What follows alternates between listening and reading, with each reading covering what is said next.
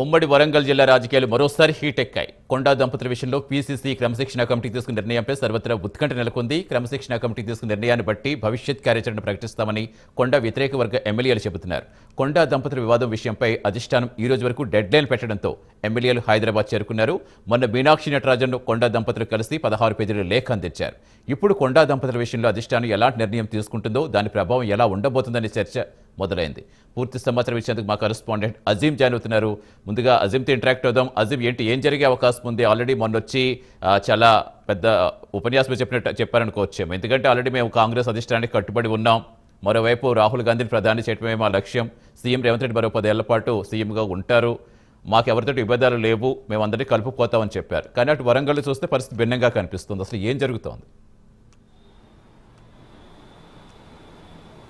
మనందరికీ తెలుసు, వరంగల్లో ఏదైతే కొండా దంపతులు వర్సెస్ కాంగ్రెస్ పార్టీకి సంబంధించిన ఎమ్మెల్యేల మధ్య ఒక వార్ జరుగుతుంది. అయితే ఈ వార్కి ఈ రోజు డెడ్ లైన్ ఇచ్చారు. ఏదైతే కొండా మురళిపై ఏదైతే కాంగ్రెస్ పార్టీకి సంబంధించిన వరంగల్ ఉమ్మడి జిల్లా నేతలందరూ కూడా క్రమశిక్షణ కమిటీకి ఫిర్యాదు చేశారు. ఈ ఫిర్యాదుపై కొండా మురళికి కూడా ఇప్పటికే క్రమశిక్షణ కమిటీ ఏదైతే ఒక నోటీస్ లాంటిది కూడా ఇచ్చింది. గాంధీ భవన్కి పిలిచి మరీ కూడా ఏదైతే కొండా మురళి ఏదైతే గత నెల ఏదైతే రాహుల్ గాంధీకి సంబంధించిన బర్త్డే సందర్భంలో ఒక కార్యక్రమంలో కొండా మురళి చేసినట్టు వ్యాఖ్యలు ఏవైతే ఉన్నాయో ఆ వ్యాఖ్యలను పేపర్ రూపంలో కావచ్చు, వీడియో రూపంలో కూడా కట్ చేసుకుంటూ ఏదైతే అలాగే వరంగల్ జిల్లా నేతలు ఇచ్చినట్టు ఫిర్యాదును కూడా పూర్తి స్థాయిలో కొండా మురళికి ఇచ్చి దీనికి సంబంధించి మీరు ఒక వివరణ ఇవ్వాల్సి ఉంటుంది. అది కూడా జూలై 5వ తేదీ వరకు ఏదైతే వివరణ ఇవ్వాలని చెప్పి కూడా క్రమశిక్షణ కమిటీ కొండా మురళిని కోరింది. అయితే కొండా మురళి ఇప్పటికే ఏదైతే మీనాక్షి నటరాజన్ని ఇప్పటికే ఏదైతే ఎమ్మెల్యే క్వార్టర్స్లో కలిసి తనకు సంబంధించినటువంటి వివరాలు ఇచ్చారు. అలాగే వివరణ కూడా ఇచ్చిన పరిస్థితి మనం చూసాం. అయితే డెడ్ లైన్ ఈరోజుతో ముగియడంతో ఇప్పటికే కొండా మురళి తన ఏదైతే వివరణను ఇప్పటికే క్రమశిక్షణ కమిటీ చైర్మన్ మల్లు రవికి ఈ మధ్య తాజ్ కృష్ణ హోటల్లో ఇప్పటికే ఇచ్చేసినట్టు కూడా తెలిసింది. అయితే వివరణ చాలా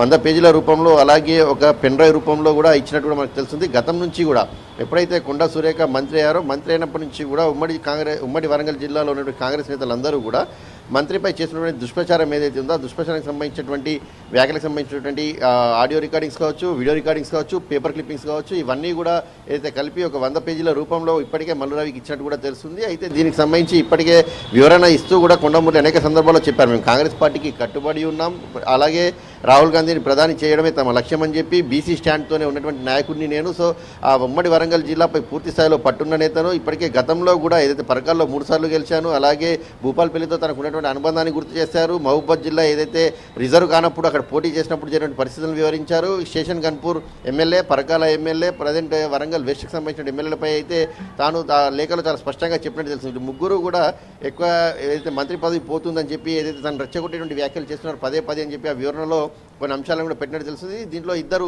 టీడీపీ బ్యాక్గ్రౌండ్ నుంచి వచ్చారు, 3 టీడీపీ బ్యాక్గ్రౌండ్. భూపాల్పల్లి ఎమ్మెల్యే కూడా అయితే టీడీపీ బ్యాక్గ్రౌండ్ నుంచి వచ్చినట్టు కూడా చాలా వివరాలు చాలా స్పష్టంగా తెలియజేశారు. వీళ్ళందరి గెలుపు కోసం తాను ఎంతో కృషి చేసినట్టు కూడా ఏదైతే కొండా మురళి చాలా స్పష్టంగా చెప్పారు. అయితే కొండా మురళిపై చర్యలు ఉంటాయా లేదా అనేది మాత్రం సస్పెన్స్గానే ఉండిపోయింది. ఎందుకంటే ఇప్పటికే కొండా మురళి చాలా క్లారిటీగా దంపతులు ఇద్దరు అటు మీనాక్షి నటరాజన్ కలిసారు, క్రమశిక్షణ కమిటీ చైర్మన్ని కలిసారు, అలాగే కాంగ్రెస్ పార్టీకి సంబంధించిన పెద్ద నాయకులందరినీ కూడా కలిసి అక్కడ ఉన్నటువంటి వివరాలు కూడా పూర్తి స్థాయిలో అందించారు. సో ఎమ్మెల్యేలు మాత్రం చాలా పట్టుబడుతున్నారు, ఖచ్చితంగా కొండా మురళిపై చర్యలు తీసుకోవాలని చెప్పి వాళ్ళు పట్టుబడుతున్నారు. ఎందుకంటే అన్ని విషయాల్లో కొండా మురళి ఇన్వాల్వ్ అవుతున్నారు అని చెప్పి వాళ్ళు ఏదైతే వ్యాఖ్యలు చేస్తున్నారు, అలాగే పార్టీని డ్యామేజ్ చేసేటువంటి ప్రయత్నం కొండా మురళి చేస్తున్నారని చెప్పి కొండా మురళి చేసినటువంటి వ్యాఖ్యలను కూడా వాళ్ళు ఇప్పటికే రికార్డు రూపంలో, పేపర్స్ రూపంలో, అన్ని కూడా ఫిర్యాదు రూపంలో కూడా అందించారు. మరోవైపు కొండా మురళి కూడా తనకు తెలియకుండానే పోస్టింగ్స్ ఇస్తున్నారు, అలాగే తనకు సంబంధించి మంత్రి పదవి పోతున్న దుష్ప్రచారం చేస్తున్నారు. తనకు సంబంధించి సెక్యూరిటీ ఎన్నో ఏళ్ళుగా ఉంది, 30 ఏళ్ళుగా తనకు ఆల్రెడీ సెక్యూరిటీ ఉంది అని చెప్పి కొండా మురళి కూడా చెప్పుకుంటారు. సరే, ఎన్ని అంశాలని కూడా తాను ఏదైతే పూర్తిగా వివరణ రూపంలో ఇప్పటికే అటు మల్లు రవి క్రమశిక్షణ కమిటీ చైర్మన్కి ఇచ్చారు. సో ఈ రోజుతో డెడ్ లైన్ అయితే ముగిసింది, ఇప్పటికే వివరణ ఇచ్చినట్టు కూడా మనకు వార్తలు అందుతున్నాయి. సో ఈ సోమవారం రోజు క్రమశిక్షణ కమిటీ మరొకసారి గాంధీ భవన్లో సమావేశం కానున్నట్టు తెలుస్తుంది. ఈ సమావేశం సందర్భంగా కొండా మురళి అలాగే వరంగల్ జిల్లాకు సంబంధించిన ఎమ్మెల్యేలు ఇచ్చిన ఫిర్యాదుల నేపథ్యంలో ఆ రెండింటిని కూడా పూర్తి స్థాయిలో స్టడీ చేసి అసలు అక్కడ ఏం జరిగిందనే వివరణ తీసుకొని అధిష్టానానికి, పీసీసీకి ఇవ్వాలని చెప్పి కూడా క్రమశిక్షణ కమిటీ భావిస్తున్నట్టు తెలుస్తుంది. అనంతరం పీసీసీ వీరందరినీ కూడా అటు ఎమ్మెల్యేలను అలాగే కొండా దంపతులను కూర్చోబెట్టి మాట్లాడించే ప్రయత్నం కూడా చేయనున్నట్టు కూడా ఏదైతే గాంధీ భవన్ వర్గాల్లో అయితే మనకు వార్తలు వినిపిస్తున్నాయి. దీనికి సంబంధించి మీనాక్షి నటరాజన్ ఇప్పటికే ఏదైతే పీసీసీ అధ్యక్షుడితో మాట్లాడినట్టు కూడా తెలుస్తుంది.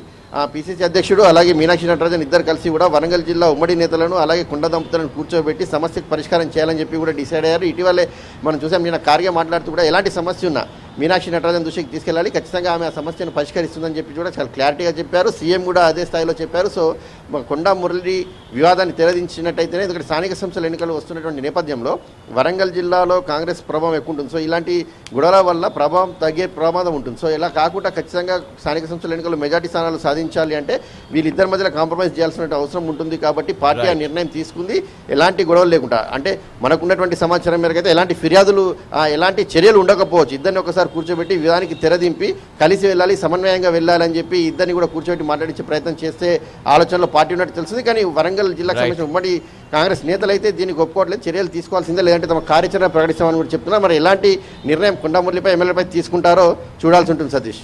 Right, thank you Azeem. ఇది